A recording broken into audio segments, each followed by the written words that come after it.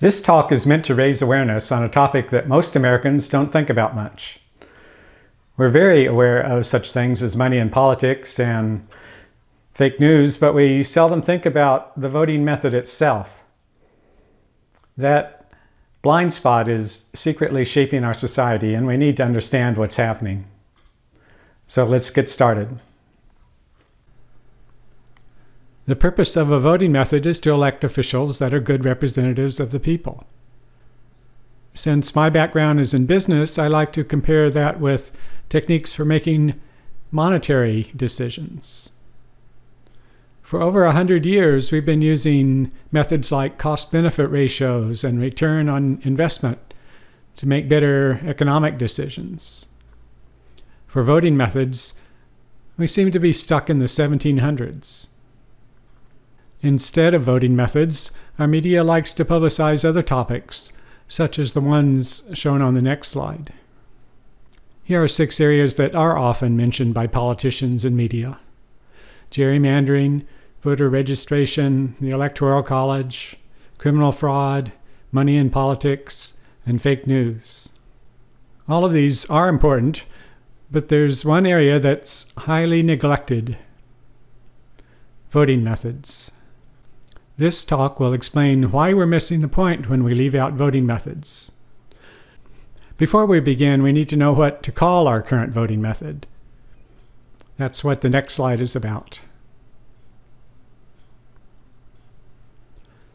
It's a little confusing because the current method has at least 3 common names. You'll see it referred to as choose one voting, or plurality voting, or first past the post voting. They all mean the same thing. In this talk, I'm going to call it choose one voting. Now, with that definition, we can start describing what's wrong with choose one voting. We tend to think that choose one voting is fair because it works well when there are 2 candidates. The problem is that many of our elections have 3 or more candidates. Now, perhaps you know that about 60% of Americans like dogs over cats. So you would think that in this vote, one of the dogs would always win. In reality, the dogs never have a chance. With choose one voting, the cat always wins. Dogs are more popular, but the dog people split their vote. So choose one voting results in 60% of the people being disappointed and ruled by the 40% who are cat lovers. The next slide shows the effect of this in some real elections. Here's the results of 4 famous elections where vote splitting decided the outcome. In the 1856 presidential race, the issue was slavery, and the candidates divided between pro-slavery, anti-slavery, and what they called know-nothings, or don't care. The vote split resulted in the pro-slavery candidate being elected. In the next presidential election, the vote was split 4 ways, which caused the anti-slavery candidate to win. This was unacceptable to the South, and they started the Civil War 2 months after Lincoln took office. In the 1912 presidential election, Teddy Roosevelt had gotten mad at his own Republican Party. He decided to form a third party, the Bull Moose. He and the Republican nominee managed to split the progressive vote and allow Woodrow Wilson to be elected with just 42% of the votes. In the 1970 New York Senate race, there were 2 similar candidates representing the liberal viewpoint. Just like the dogs and cats example, this caused the liberal vote to split, and the conservative candidate was elected. Now, I picked these 4 elections just because they're famous.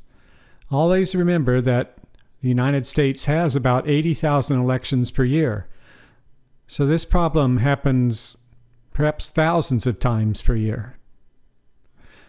To make matters worse, there are other ways that the choose one voting system can fail. Spoiling is another failure mechanism that occurs when a minor candidate that doesn't have a chance of winning takes enough of the vote to swing the election. The next slide shows 4 famous elections that were decided by spoilers. Spoiling has been happening for hundreds of years, but most of us remember the 2000 presidential election where Nader took just enough of the vote to swing the election for Bush. What I find interesting is that many people blamed Nader for this instead of the voting method.